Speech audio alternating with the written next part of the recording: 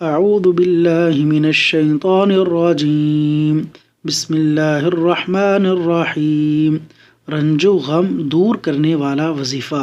رسول اللہ صلی اللہ علیہ وسلم نے حضرت اسماء بنت امیس رضی اللہ عنہا سے فرمایا، تجھے ایسی کلمات نہ سکھا دوں جنہیں تو رنج و غم کے وقت پڑھے۔